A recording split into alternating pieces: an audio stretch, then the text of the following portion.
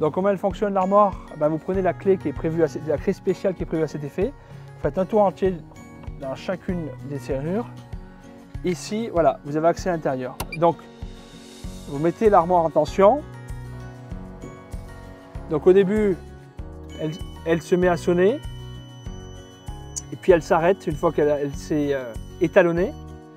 Donc ici, vous avez l'avertisseur de fuite. Si vous faites déborder la cuve et qu'il y a du liquide entre les deux parois, l'avertisseur de fuite va se mettre en route.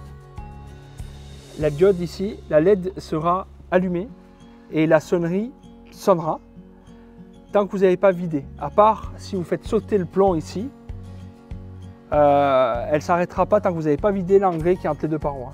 Ça, c'est l'avertisseur d'emplissage. L'avertisseur d'emplissage, c'est une sonde en inox. Dès que la cuve elle est pleine, l'alarme se met en route et la LED rouge se met à sonner ici. Et également, vous avez le gyrophare à l'extérieur qui se met à flasher. Donc il faut être sourd et aveugle pour faire déborder la cuve, puisque ici, vous avez la sonnerie et puis le flash du gyrophare plus la LED ici pour vous dire la cuve elle est pleine pour éviter de déborder. Et également ici, vous avez une jauge de niveau. Quand vous la mettez en tension, ça vous met des millimètres de hauteur de liquide. Donc vous voulez des litres, il suffit d'appuyer sur la petite flèche en bas ici et tel que vous pouvez le voir, on a des litres. Donc ici vous avez 21 500 litres, exactement 21 480 litres sur cette citerne là. Donc vous mettez le premier interrupteur ici, ça va être le boîtier, le deuxième interrupteur c'est la pompe.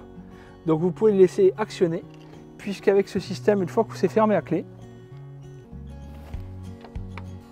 vous allez voir, tout est actionné par l'extérieur. Donc ici, là, vous avez le premier interrupteur qui a été conçu pour arrêter la sirène du boîtier ici. Et le deuxième, quand la cuve elle est pleine. Et le deuxième interrupteur, ici, c'est pour mettre la pompe en route. Vous avez également un arrêt coup de poing d'urgence. Donc s'il arrive quoi que ce soit, vous pouvez arrêter tout d'un coup facilement.